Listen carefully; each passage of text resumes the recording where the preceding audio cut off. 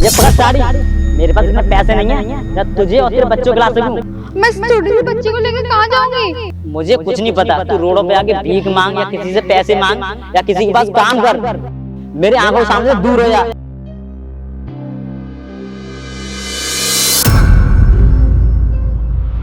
अरे भैया, आप बोल रहे थे ना कि आपको काम वाली की जरूरत है, तो मैं ना इन दीदी को लेकर आया हूँ। ये ना बहुत अच्छा काम करती हैं।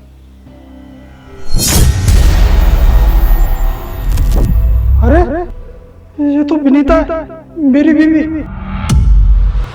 अच्छा हुआ इसके साथ मेरे घर से बिना बताए गई थी ना। सही हुआ इसके साथ घर घर जाके काम कर रही है।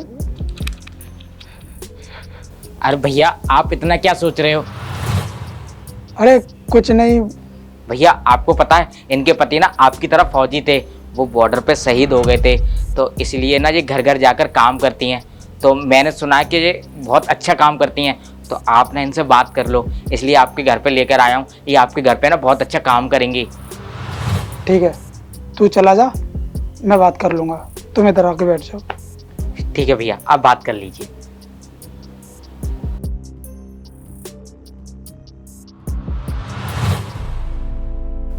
मैं तुमसे एक बात पूछ सकता हूँ? हाँ बोलिए साहब। ये तुम्हारी हालत हुई कैसे? यानी कि तुम दिखने में तो मुझे अच्छे घर की लग रही हो, और तुम्हारी अभी कोई ज़्यादा उम्र भी नहीं है, और तुम घर घर जाकर काम करती हो, तो तुम्हारे घर वालों ने किसी और लड़के से शादी कराने की नहीं सोची तुम्हारी? क्योंकि तुम्हारे पास देखो अभी छोटा सा बच्चा भी है, और तुम इसे कैसे संभालती हो? या काम करती हो या इस बच्चे को संभालती हो? अब क्या बताएं साहब आपको, और आप हमारे बारे में जान के क्या ही करोगे? करना तो कुछ भी नहीं है, बस मैं तुमसे इतना ही बोलूँगा कि मैं तुम्हें जानता हूँ। जानते हो साहब? आप हमें जानते हो? हाँ, पर तुम्हें नहीं, तुम्हारे पति को। क्योंकि जो तुम्हारा पति था ना, वो मेरा बहुत अच्छा दोस्त था। क्योंकि बॉर्डर पे वो मुझे कई बार मिला था, क्योंकि हमारी ड्यूटी कहीं दूसरे बॉर्डर पे होती थी, कहीं दूसरे बॉर्डर पे। तो एक नाइट हमारी एक ही बॉर्डर पे दोनों की ड्यूटी थी, तो उसी की मैंने शायद फ़ोन में देखा था, तुम्हारी फ़ोटो लगी हुई थी, तो इसलिए शायद मैं तुम्हें जानता हूँ कि तुम मेरे दोस्त की वाइफ हो। वैसे मैं तुमसे एक बात पूछूं, ये तुमने सफ़ेद साड़ी क्यों पहन रखी है? भाई साहब, ये आप कैसी बात कर रहे हो?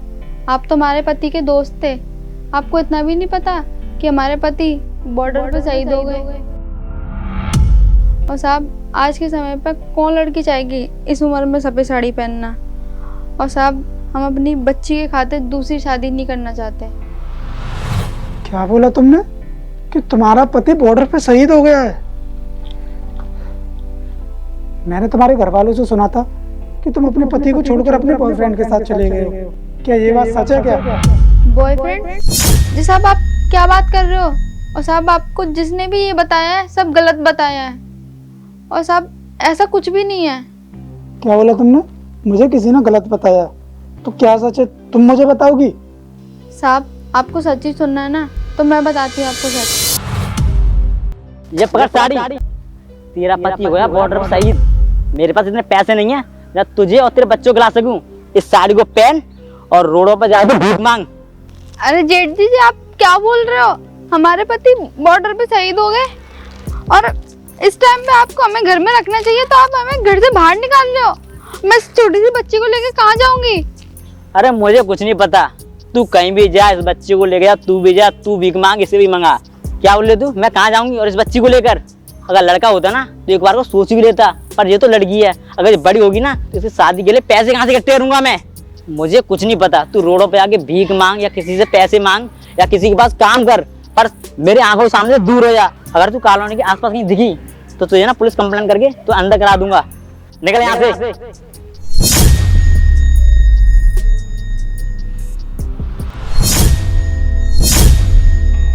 यानी कि मेरे घर वालों ने तुम्हें बाहर निकाला था। विनीता, ये आवाज तो जानी पहचानी सी लग रही है।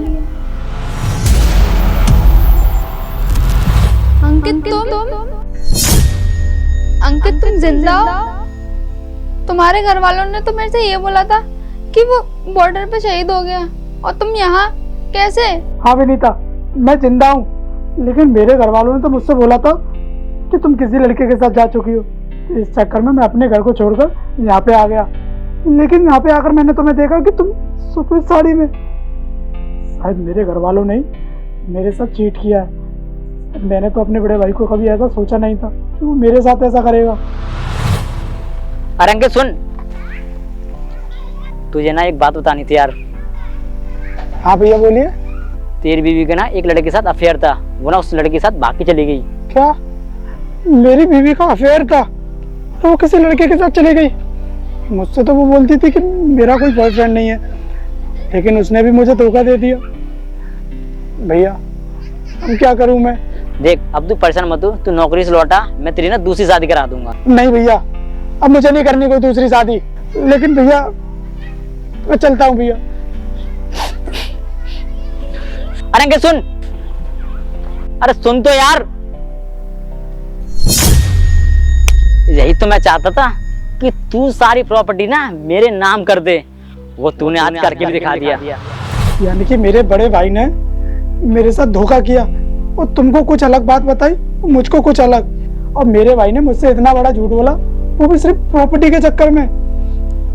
मुझे लगता है तुम्हारे भाई ने प्रॉपर्टी के चक्कर में हमारा रिश्ता ही तोड़वा दिया। नहीं विनीता, अभी हमारा रिश्ता नहीं टूटा है। और तुम्हें पता है मैंने अभी तक शादी नहीं की है, क्योंकि जब मेरे भाई ने मुझसे बोला था ना कि मेरी बीवी किसी लड़के के साथ जा चुकी है, तो मेरा तो अंदर से मन ही मर गया था कि मैं। लेकिन अब मुझे सच्चाई सुनकर विनीता अपने ऊपर खुद शर्म आ रही है कि मैं लड़कियों के बारे में इतना बुरा भला सोच रहा था। लेकिन विनीता मुझे माफ कर देना, मैंने अपने घर पे तुम्हारे बारे में कुछ जानने की कोशिश ना की। इसमें मेरी भी गलती है। हो सके विनीता मुझे माफ कर देना, और शायद अब तुम्हें ये सफेद साड़ी पहनने की अब कोई जरूरत नहीं है। अंकित तुम माफी क्यों मांग रहे हो? तुम्हें माफी मांगने की कोई जरूरत नहीं है। और वैसे भी उसमें गलती तुम्हारी ना, मेरी भी तो है। मैंने भी तो तुम्हारे बारे में जानने की कोई कोशिश नहीं की। और अंकित तुमने सच में अभी तक शादी नहीं की? नहीं विनीता, मैंने नहीं की अभी तक शादी। और मैं तुमसे एक बात बोलना चाहूँगा कि शायद हमारे बीच में जो भी मिसअंडरस्टैंडिंग हुई है ना, हम उसे क्लियर कर सकते हैं और हम अपनी ज़िंदगी की शुरुआत फिर एक नई सीरीज से स्टार्ट कर सकते हैं। क्या तुम मेरे साथ रहना चाहोगी?